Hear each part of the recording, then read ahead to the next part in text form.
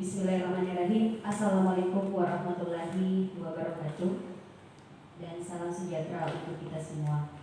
Puji syukur kita panjatkan kehadirat Allah Subhanahu wa taala, berkat limpahan rahmatnya sehingga kita diberikan kesehatan untuk melaksanakan kegiatan pada hari ini, yaitu kegiatan masa pengenalan lingkungan sekolah SMA Negeri 11 Maros.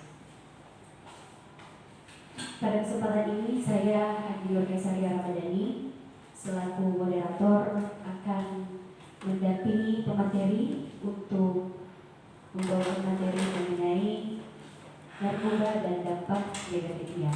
Sebelumnya saya bacakan terlebih dahulu biodata pemateri.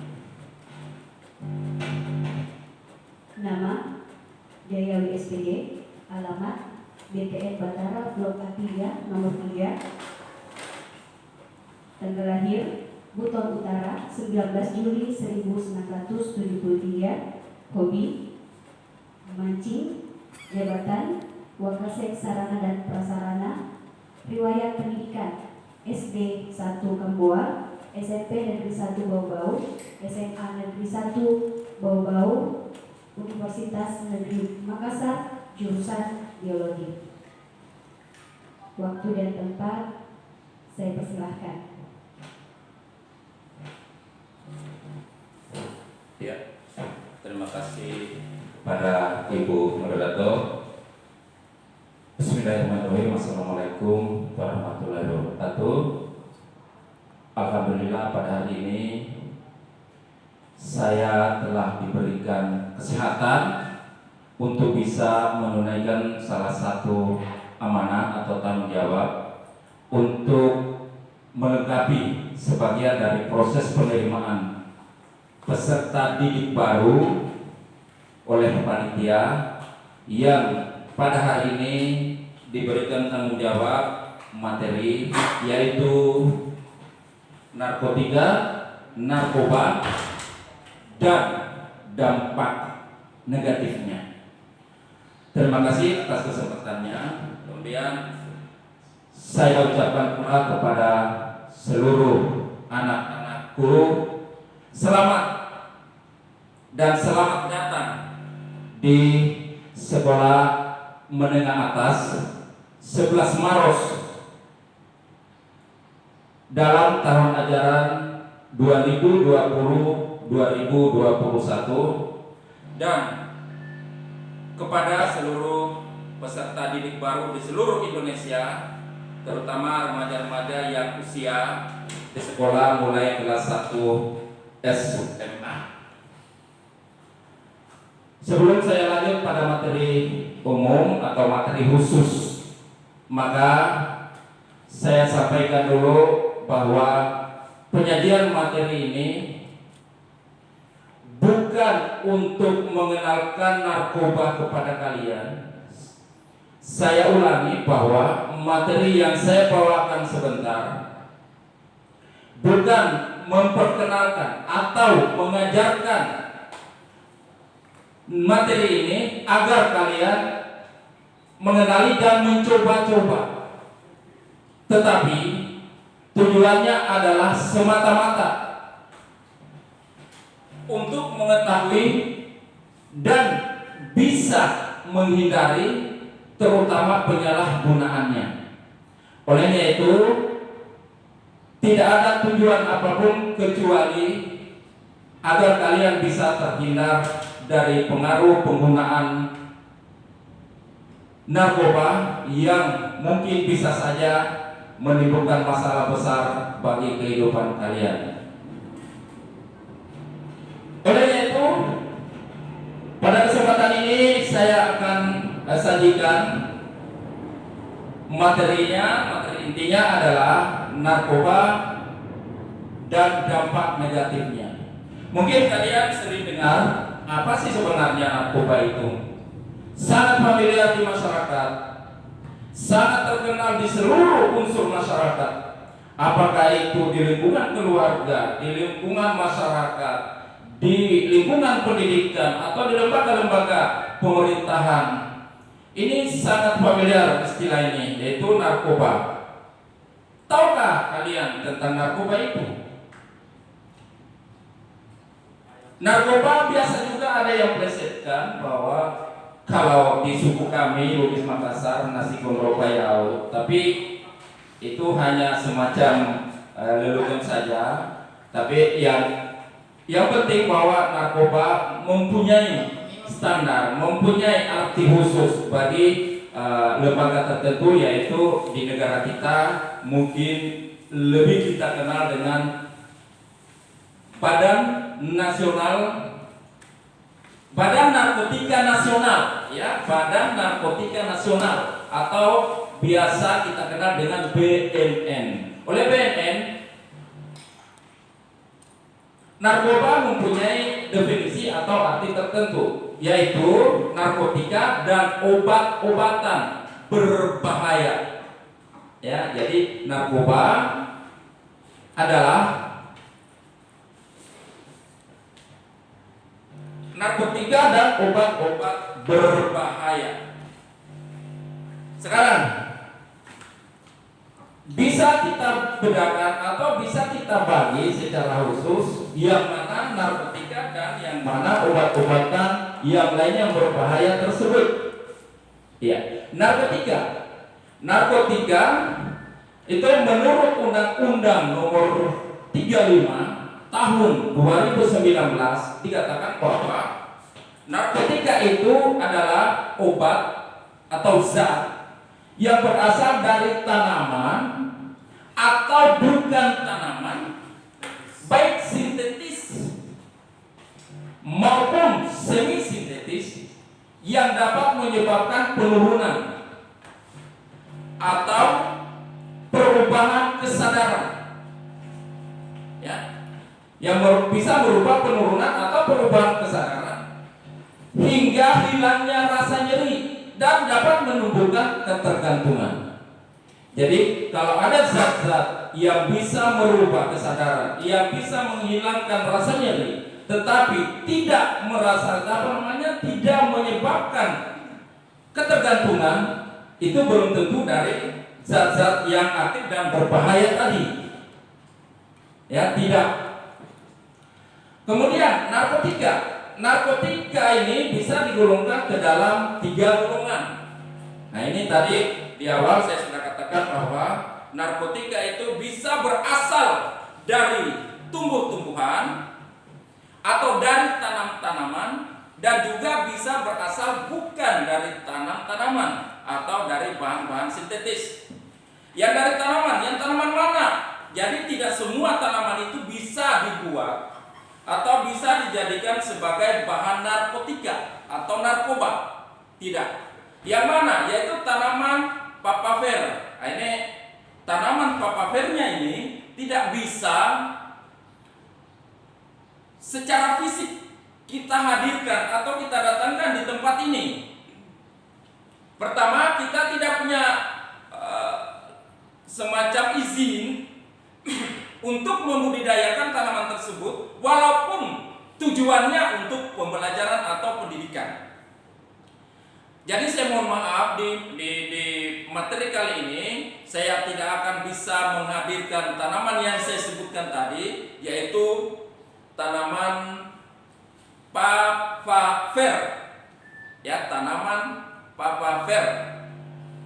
Opium mentah, opium masak. Ya, opium masak ini bisa berupa, dalam bahasa pasarnya itu atau bahasa yang biasa dikenal di masyarakat sana adalah candu, ya, candu, jincing, jicingko, ya, jicingko, opium obat, morfina, kokain, dan sebagainya.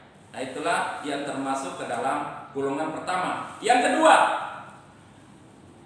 karena tadi di awal saya sudah katakan bahwa narkoba bisa saja sintetik, bisa saja non sintetik, bisa saja dari tanaman dan bukan dari tanaman. Nah, ini yang kedua adalah berasal dari bukan tanaman, yaitu dari garam-garam turunan dari morfin dan kokain tersebut.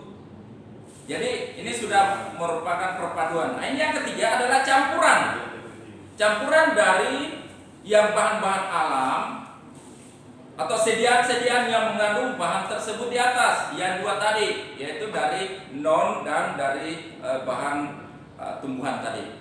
Kemudian psikotropika, ini kita kenali dulu obat-obatannya, yang mana sih sebenarnya yang merupakan narkoba tersebut.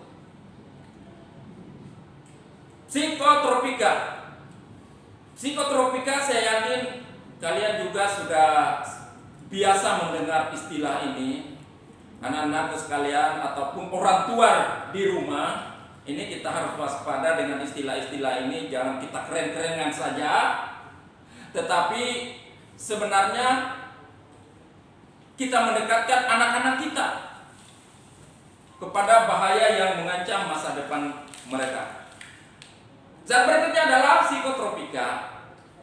Psikotropika merupakan zat atau obat, baik alamiah maupun sintetis, yang bukan narkotika. Iya, saya ulangi bahwa zat atau obat, baik alamiah maupun sintetis, yang bukan narkotika, itu psikotropika namanya, yang berkhasiat psikoaktif melalui pengaruh selektif pada susunan syaraf pusat yang menyebabkan perubahan pada aktivitas mental. Jadi ini tadi di depan saya juga sudah katakan bahwa tidak semua zat yang masuk ke dalam tubuh kita itu dikategorikan ke dalam narkotika. Ini salah satu contohnya bahwa psikotropika itu ternyata bukan golongan narkotika, tetapi juga bisa menyebabkan efek yang hampir sama, yang sangat mirip dengan pengaruh dari narkoba tersebut. Ini bisa kita lihat di Undang-Undang Nomor 5 Tahun 1997 tentang narkotika yang dikeluarkan oleh badan resmi negara kita, yaitu Badan Narkotika Nasional pada tahun 1997. Kemudian yang ketiga adalah psikotropika. Ya, psikotropika. Ini biasa di sekolah ini, sebenarnya materi-materi sini sudah biasa disampaikan oleh guru-guru penjasnya. Melalui materi ini saya yakin saudara-saudara yang ada di sekolah ini maupun di seluruh Indonesia yang memang belajar penjas soskes itu sudah mengajarkan kepada anak-anak kita, remaja kita, tentang bagaimana keberadaan atau jenis-jenis dari narkotika, narkoba maupun psikotropika yang beredar di Indonesia dan bagaimana juga pengaruhnya. Psikotropika terdapat 4 golongan pada Undang-Undang tahun 2009 di nomor 35. Saat ini apabila kita bicara masalah psikotropika, hanya menyangkut golongan 3 dan 4 saja. Jadi golongan 1 dan 2 itu tidak dimasukkan lagi ke dalam golongan narkotika. Ya, jadi saya ulangi bahwa 4 golongan psikotropika menurut Undang-Undang tahun tahun 2009 di nomor 35 tentang narkotika dan psikotropika, golongan 1 dan 2 dimasukkan ke dalam golongan narkotika. Dengan demikian saat ini apabila bicara masalah psikotropika hanya menyangkut golongan 3 dan 4. Ini sesuai dengan Undang-Undang Nomor 5 Tahun 1997. Adapun zat yang tergolong ke dalam psikotropika itu antara lain sedatin. Jadi psikotropika ini bagi ibu-ibu sebenarnya yang juga perlu tahu, bukan cuma anak-anak kita. Sedatin yang biasa dikonsumsi oleh para ibu ini, bapak juga sebenarnya, tapi mungkin efeknya lain dengan ibu. Sedatin itu kalau bahasa pasarnya adalah, atau biasa kita temukan di pasar itu adalah pil KB. Ya, jadi ini dia pil KB. Kalau kita makan pil KB tidak lain kalau di dalam psikotropikanya adalah sedatin. Jadi kalau ke puskesmas atau ke apotek kemudian cari pil KB tidak diberikan oleh orang di sana, maka kita sebut istilah ini yaitu sedatin. Kemudian rohypnol, magadon, valium, mandrax, metaqualon dan sebagainya. Ini masih banyak yang turunan-turunannya. Kemudian bahan adiktif berbahaya lainnya. Nih, bahan adiktif berbahaya lainnya. Selain yang beberapa golongan tadi juga kita temukan pada pembahasan ini yang merupakan zat-zat berbahaya atau zat-zat yang menyebabkan efek yang hampir sama. Ternyata ada juga bahan adiktif berbahaya lainnya. Bahan-bahan adiktif yang berbahaya lainnya adalah bahan-bahan alamiah semi sintetis maupun sintetis yang dapat dipakai sebagai pengganti morfin atau kokain yang dapat mengganggu sistem saraf pusat. Ya, jadi sistem saraf pusat kita bisa terganggu oleh bahan-bahan adiktif berbahaya tersebut. Kenapa berbahaya? Karena efek setelah kita memakai itu tidak seperti normalnya kita berkegiatan, baik kita berpikir, berjalan, beraktivitas, maupun kita ingin mengucapkan sesuatu sudah keluar jalur. Itulah sampai dianggap ini berbahaya atau dianggap mempunyai efek di luar normal. Itu pemerintah kita, hal-hal seperti itu dianggaplah sebagai hal yang mengancam baik secara fisik maupun secara psikis. Oke? Contoh-contohnya itu apa saja? Alkohol yang mengandung etil etanol.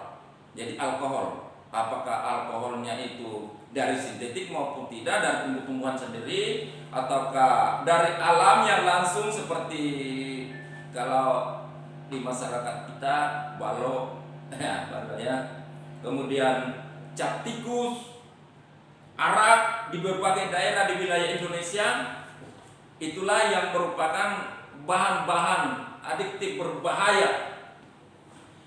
Kemudian inhalen, ya, inhalen berupa zat organik karbon. Ini inhalen atau bahan pelarut. Bahan pelarut, ya saya ulangi bahwa inhalen atau bahan pelarut juga itu bisa digunakan di dalam mempengaruhi atau merangsang saraf kita supaya berada seperti di bawah kendali narkoba. Efek dari bahan ini karena dia berasal dari atau berupa zat organik karbon, dia bisa menghasilkan efek yang sama dengan dihasilkan oleh minuman beralkohol atau obat anestetik. Jika aromanya dihisap, contohnya, nah ini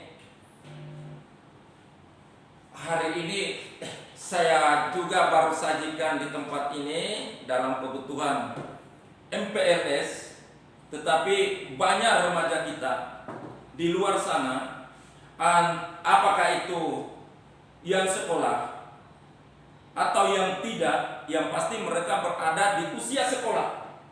Ini tanggung jawab kita orang tua, guru-guru, terutama aparat kita, mohon maaf para aparat di luar sana. Harus kita lebih selektif melihat gerak-gerik anak kita. Harus kita lebih peka melihat gerak-gerik anak kita. Yang hari ini ketika dilarang narkoba dalam berbagai macam bentuk itu, ternyata mereka bisa lari ke beberapa jenis barang yang juga efeknya sama. Di antaranya adalah lem. ya, lem atau perekat, eceton, ether dan sebagainya. Efek yang ditimbulkan oleh benda-benda tersebut betul-betul luar biasa sehingga memutus mata rantai berpikir. Akhirnya menyebabkan halusinasi, tidak mengenal lawan bicaranya, tidak mengenal apa yang ada di sekitarnya, bahkan bisa saja melumpuhkan secara keseluruhan aktivitas hidupnya. Ini saya ulangi-ulangi kepada seluruh komponen masyarakat di luar sana. Saya sebagai pendidik dan teman-teman di sekolah ini, 11 Maros sebagai pendidik juga mewakili masyarakat yang anaknya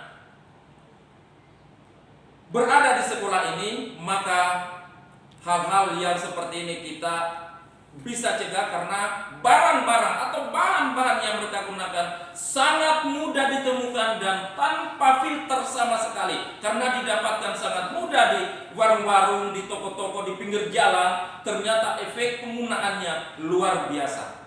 Itu.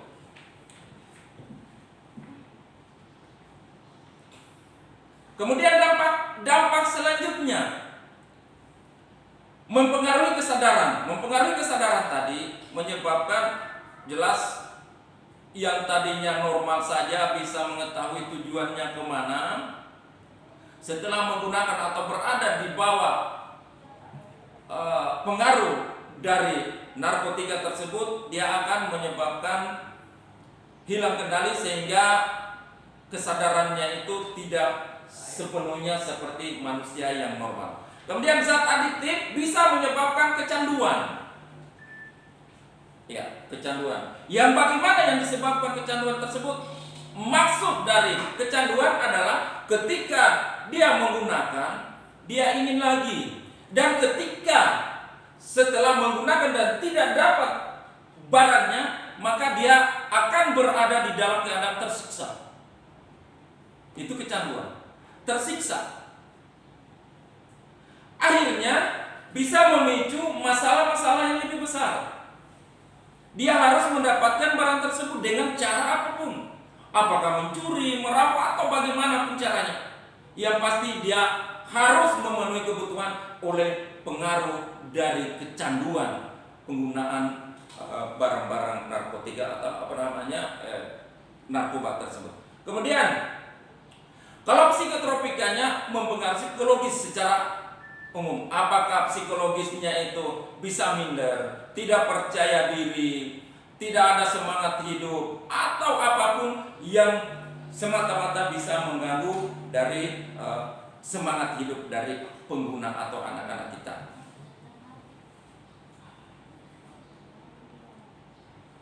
Kemudian kita kelompokkan atau kita bisa petakan bagaimana sebenarnya efek yang dihasilkan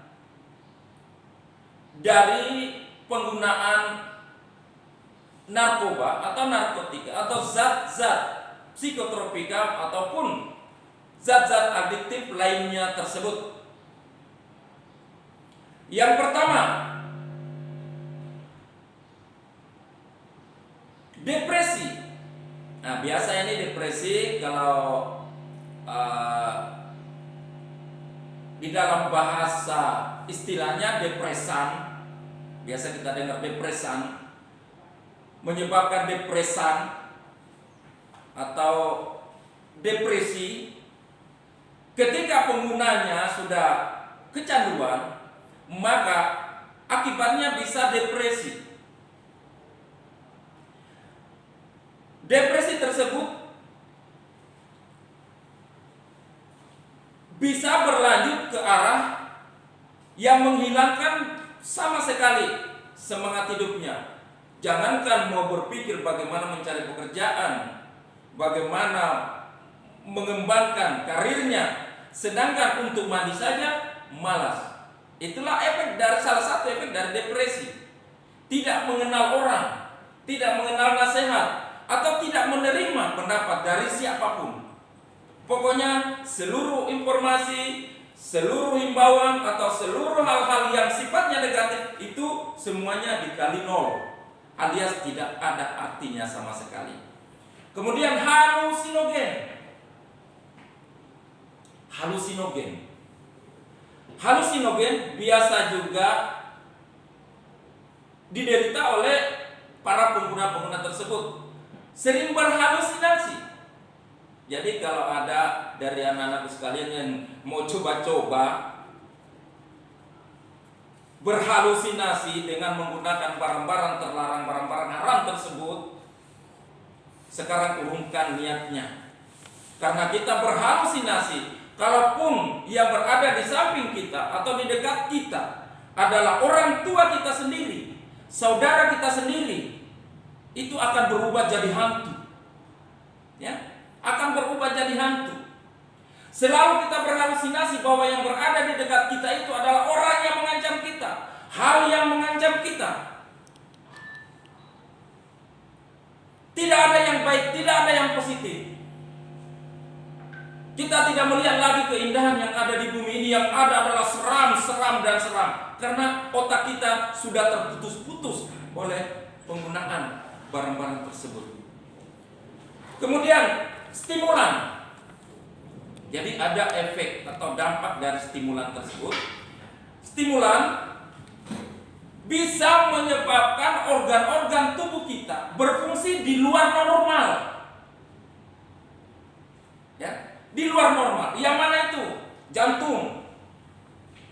Jantung kita bisa terpacu yang tidak seperti normalnya. Itu tumba-tumba. Orang Bugis Makassar bilang tumba-tumba. Dipanggil oleh temannya dumba-dumba. Dipanggil oleh orang tuanya, bukannya jawaban assalamualaikum dijawab dengan waalaikumsalam, tapi dijawab dengan bahasa yang tidak seharusnya diucapkan oleh anak remaja seperti kalian. Orang tua juga ini harus paham kenapa anak-anak kita ketika di rumah ingin menasihati mereka dan menjawab dengan jawaban yang tidak semestinya, itu ada tanda-tanda kita harus peka. Mungkin ada tanda-tanda terkontaminasi oleh penggunaan barang-barang berbahaya ketika bergaul di masyarakat sana. Kemudian gangguan dan kerusakan fisik. Yang tadi mental saja, ini kerusakan fisik. Yang pertama, gangguan kinerja otot. Kalau penggunanya kemudian ini pasti lemas, bangun tidur susah, kemudian mandi yang dulunya 3 kali sehari, kita bisa 3 kali seminggu. 3 kali seminggu. Jadi baunya itu luar biasa. Ini otot.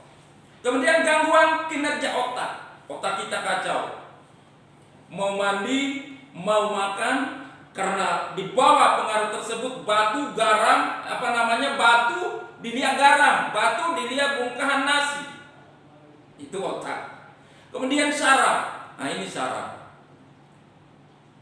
Makanya di dalam kedokteran itu, dunia kedokteran, barang-barang seperti ini memang digunakan untuk bisa membius untuk keperluan bedah, tetapi untuk pengguna yang menyalahgunakan, maka sarafnya itu akan lumpuh.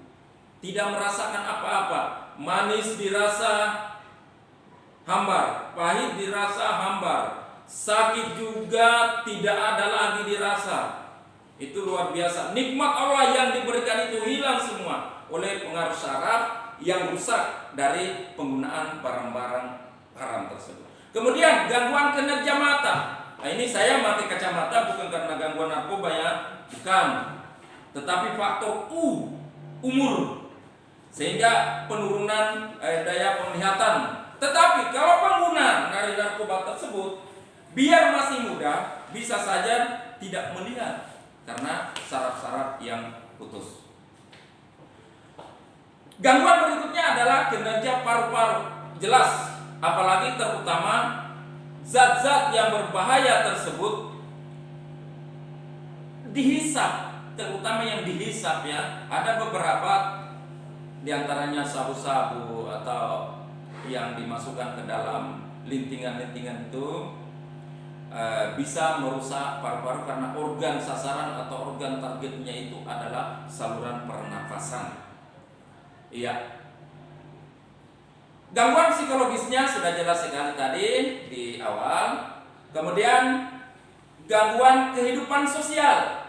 Jelas ada gangguan kehidupan sosialnya juga. Pertama, bagi pengguna tersebut akan dikucilkan oleh masyarakat, oleh keluarga, merasa malu ketika anaknya ditangkap sebagai pengguna narkotika, dan yang pasti sudah dikucilkan karena dianggap tidak akan mempunyai guna di saat dewasanya nanti.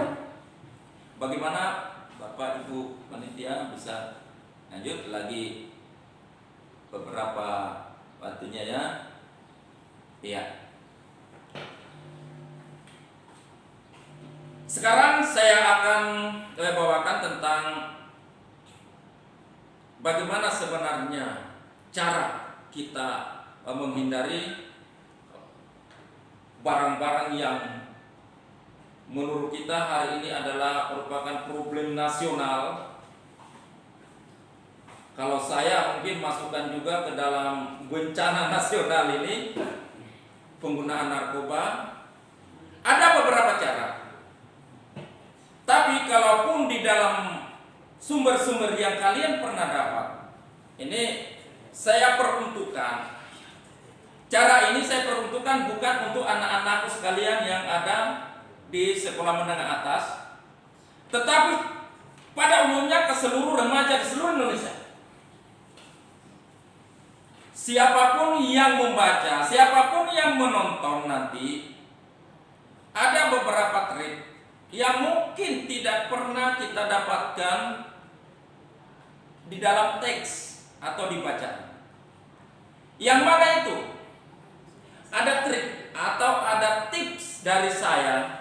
Ini Bapak Ibu di rumah atau anak-anak sekalian, ada tips yang sangat mudah untuk bisa terhindar dari penggunaan barang-barang tersebut. Karena pada dasarnya kita tidak tahu.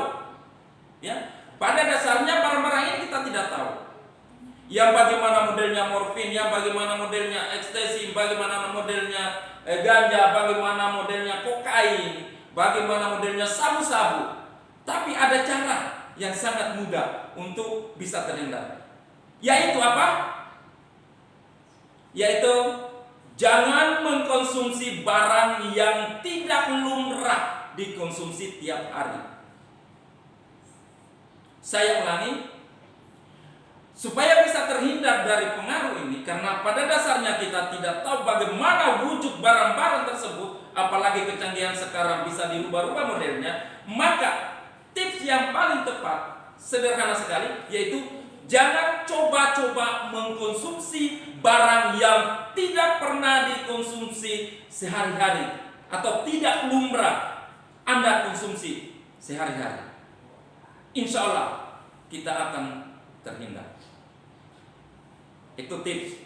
Kemudian yang biasa kita dapat di berbagai macam sumber, yaitu diantaranya mencari dan membentuk pergaulan yang sehat.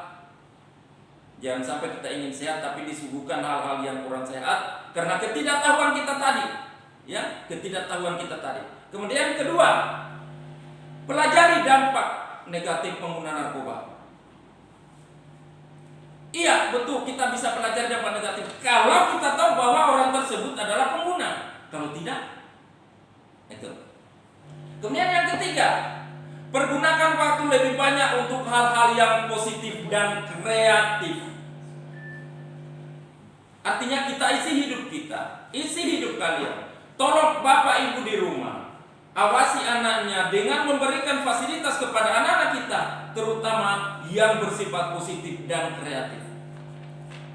Ya, jangan banyak main online ibunya, anaknya sembarang dia konsumsi, pulang sebentar sudah dibawa kendali. Kemudian 4, harmonisasi kehidupan keluarga dan lingkungan masyarakat.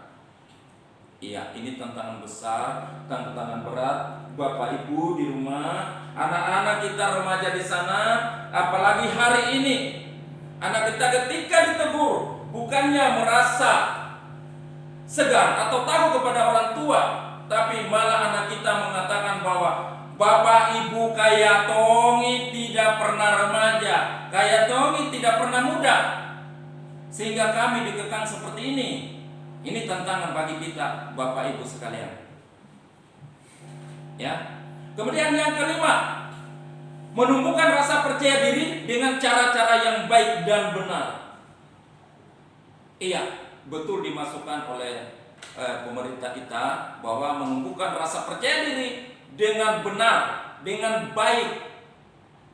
Karena apa? Ada juga yang percaya diri dengan hal-hal yang jelek, dengan hal-hal yang tidak masuk akal, dia anggap satu prestasi, dia anggap satu kejagoan. Itu yang perlu kita seleksi. Kemudian yang keenam adalah aktualisasi diri secara tepat dan baik. Ya, aktualisasi diri secara tepat dan baik. Ini peruntukannya anak-anak sekalian, tapi sekali lagi ini adalah tanggung jawab Bapak Ibu di rumah. Ini bagaimana kita membantu atau memfasilitasi anak-anak kita supaya tampil di depan umum, di depan masyarakat dalam hal-hal yang positif. Kemudian yang ketujuh atau yang terakhir adalah aktif berperan serta dalam melawan narkoba minimal di lingkungan sekitar. Sebagai penutup, ini yang saya peruntukkan bukan hanya anak-anak sekalian dari Kabupaten Maros, tetapi ke seluruh Indonesia yang sempat menonton video ini, bahwa hindari dengan cara kalian sendiri, dengan tidak mendekati hal-hal yang tidak pernah kalian lihat, tidak pernah kalian konsumsi. Insya Allah kalian akan terbebas dari pengaruh penyalahgunaan narkoba. Pengaruh penyalahgunaan narkoba. Sekian, mudah-mudahan materi ini bisa bermanfaat. Saya ucapkan terima kasih. Assalamualaikum warahmatullahi wabarakatuh. Semanses.